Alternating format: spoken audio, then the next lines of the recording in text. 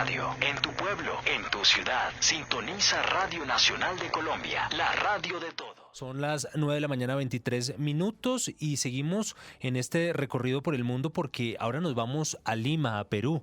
Allí nos atiende Víctor Quijada, él es analista y especialista en políticas públicas, y con él queremos abordar precisamente la situación que se está viviendo en este país con el tema del COVID-19. Recordemos que Perú es uno de los países que está reportando mayores índices de contagio en toda América Latina. Después de Brasil ya van 129.751 casos confirmados allí en este vecino país, y por eso hemos establecido contacto a esta hora con el señor Víctor Quijada. Señor Quijada, muy buenos días, gracias por estar con nosotros. Muy buenos días, Juan Carlos, y un saludo afectuoso desde Perú, ahí en Colombia.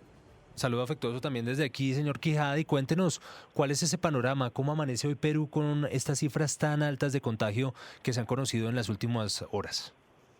Bueno, Juan Carlos, aquí la situación es bastante preocupante porque prácticamente Brasil como Perú se han convertido ya en el epicentro de contagios y muertes a nivel mundial, ¿no? Y especialmente aquí en Sudamérica, y que si bien es cierto el gobierno decretó el 16 de marzo una cuarentena rígida, a la cual yo denominé una cuarentena medieval, creo que propio de los males de nuestros estados a nivel de Sudamérica, de Latinoamérica, son estados lentos, poco ineficientes, y que si bien es cierto han habido buenas intenciones, ha habido mucha demora, tanto en la toma de decisiones como en la ejecución de los actos, ¿no?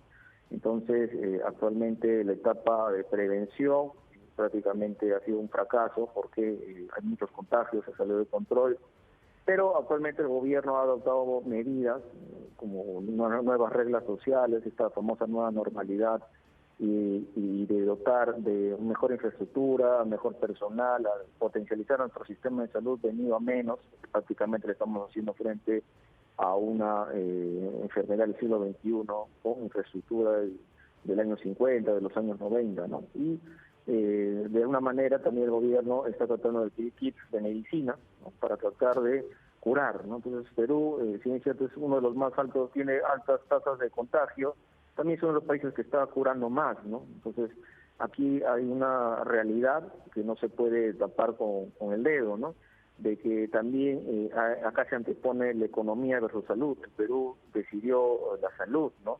Pero han habido decisiones un poco tardías, un poco desfasadas, por ejemplo, lo que se informaba y lo que se ejecutaba. El 16 de marzo se informó de que se cerraron las fronteras, pero fue después del 16 de marzo, después de muchos de 16 días aproximadamente, después donde recién se realizaron estas acciones de un control estricto fronterizo, ¿no?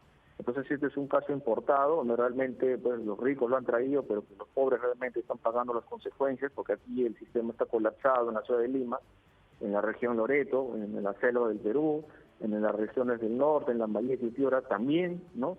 Entonces, ahorita lo que vuelvo a reiterar, el gobierno está tratando de mejorar el debilitado sistema de salud, tratar de hacerle frente a esta situación realmente complicada. Acá el Perú prefirió la salud versus la economía, pero ya hay que recordar también que el 30% de la población del Perú está en el sector formal, ¿no? Que es decir, tiene esta facilidad de hacer la cuarentena en su casa, tiene esta facilidad de hacer teletrabajo, trabajo remoto, y que el 70% de la población que vive del día a día, que es el sector informal, el sector independiente, ya salió a las calles a trabajar, ¿no? Y no pudo aguantar más esta cuarentena, más de 70 días, incluso ya nos vamos para los 90 días, porque se ha prorrogado todo junio, y ya la gente ya salió, porque económicamente ya no es viable estar en el domicilio, ¿no? Entonces no se puede dar respaldo a la realidad, y realmente ese es el sector que preocupa, y que creo que ahí sí el gobierno cometió un error en no hacer la docencia adecuada sobre las nuevas reglas, sobre el nuevo orden que estamos viviendo, porque esto del distanciamiento social, la higiene, de que no pueden haber muchas interacciones humanas, al menos de manera directa, el uso de la tecnología que tiene que ahora reemplazar muchas de estas acciones. Entonces, en ese tiempo se perdió, ¿no? Creo que el mensaje del gobierno hacia la población fue incorrecto, porque mucha de la gente pensaba de que acabando la cuarentena iba a acabar el virus, con lo cual nosotros sabemos que hasta que no haya una vacuna o un tratamiento adecuado es un poco difícil hablar de eso. salvo países pequeños como Uruguay, Paraguay, Grecia, Corea del Sur, que realmente tienen aparentemente la situación controlada, ¿no? Entonces, yo creo que acá el tema económico está muy fuerte, hemos perdido más del 12% del PBI. Creo de que el gobierno, a pesar de haber también tomado políticas económicas aparentemente buenas, hay mucha lentitud en nuestro aparato estatal y que, por ejemplo, había bonos que se tienen que repartir a las poblaciones más vulnerables. Sin embargo, no hubo, por ejemplo, una correcta canalización de los bonos, se entregó bonos a quien no quería, no se sabía cómo entregar los bonos, mucha gente no ha cobrado los bonos, bueno, la gente iba a los bancos, se aglomeraba y ahí han habido todos estos problemas de los contagios, ha habido descoordinación con los gobiernos regionales, con los gobiernos locales, por ejemplo, no se adoptó medidas de orden a los mercados en cuanto a la desinfección y de ahí se ha descubierto. Bueno, eso es algo obvio, algo que se tenía que actuar con criterio, de que son focos de infección los mercados, los bancos. Lo que se tiene que hacer es evitar la aglomeración de las personas. Entonces, aquí sí el gobierno está tratando de actuar, pero lo hace de manera ineficiente. Pero ahorita lo que queda es, como voy a reiterar, potencializar todo el sistema de salud. Creo que desde la semana pasada y esta semana, seguramente lo que viene, las semanas van a ser muy lamentables las cifras de contagios y muertes en Perú, porque no hay un orden, por ejemplo, en cuanto al transporte público, que recién la Autoridad Autónoma de Transporte acá en el Perú está tratando de hacer todos los esfuerzos necesarios. También hay cierta responsabilidad de mucha gente, pero también yo no puedo decir de que es un tema de desinteligencia, porque hay mucha gente que necesita vivir, necesita trabajar, y que creo que a ellos hay que apoyarlos en vez de sancionarlos. Por supuesto.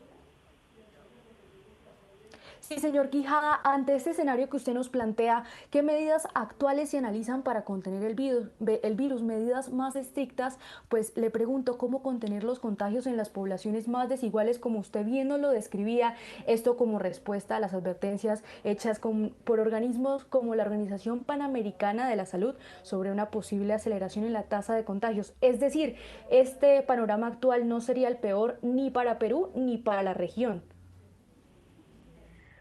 Bueno, yo respeto mucho las decisiones de los organismos de fuera. Creo que hay algunas cuestiones que sí es cierto que tienen razón, pero creo que a veces obvian, vuelvo a reiterar, si es que Perú fuera como o Sudamérica, nuestras regiones que prácticamente tenemos los mismos males, fuera como pues Europa, como Estados Unidos, donde hay el sector formal pues es el mayor, no realmente la gente puede acatar la cuarentena. Yo creo que la realidad es otra acá en el Perú, ¿no? Y volvemos a la fase inicial, ¿no? Porque ya la gente salió, al menos acá en el Perú.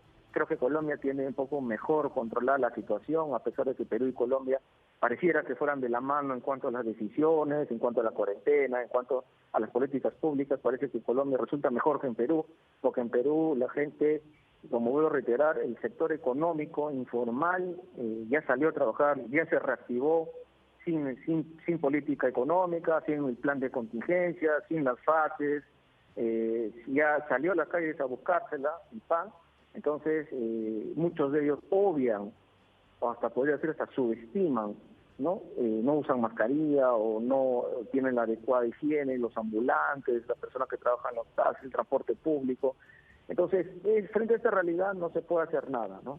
Yo sé que actualmente, hasta el momento el Perú, o hasta hace una semana, ha tenido por lo menos, más o menos, tratando de mitigar la estrategia de gobierno, ¿no? Ha sido mitigar la cuarentena, el virus a través de la cuarentena. Creo que ahora ya la situación se ha salido de control, ¿no? Pero sí cabe rescatar, por ejemplo, el hecho de que se están actualmente hoy, ¿no?, tomando muchas pruebas, casi 30.000 al día, nos permite tener un mejor panorama en cuanto a los contagios, en cuanto al número de muertes, aunque también hay denuncias internacionales de medios prestigiosos como The Washington Post, New York Times, Financial Times, el Clarín, que hablan que hay más de 10.000 muertos. Entonces creo que acá el gobierno, el Estado y en general todos los gobiernos deben actuar con transparencia, con claridad, ser realistas y realmente pues hablar de esta famosa nueva normalidad hasta que nuestra población entienda de que tenemos que convivir con el virus porque no hay una vacuna, no hay un tratamiento adecuado y que bajo estas nuevas reglas sociales tenemos que trabajar, tenemos que vivir el día a día y no, pues, lo que al menos en Perú se trató de hacer es no informar adecuadamente, pero bueno, actualmente el gobierno está tratando de cambiar el discurso y implantar ese discurso, ¿no?, en la gente, ¿no? Y espero que lo entendamos, ¿no? Claro que sí, señor Quijada, pues le agradecemos estos minutos aquí en la Radio Nacional de Colombia y ese panorama que nos presenta entonces sobre la situación allí en Perú. Muchas gracias, Juan Carlos. Saludos desde Perú.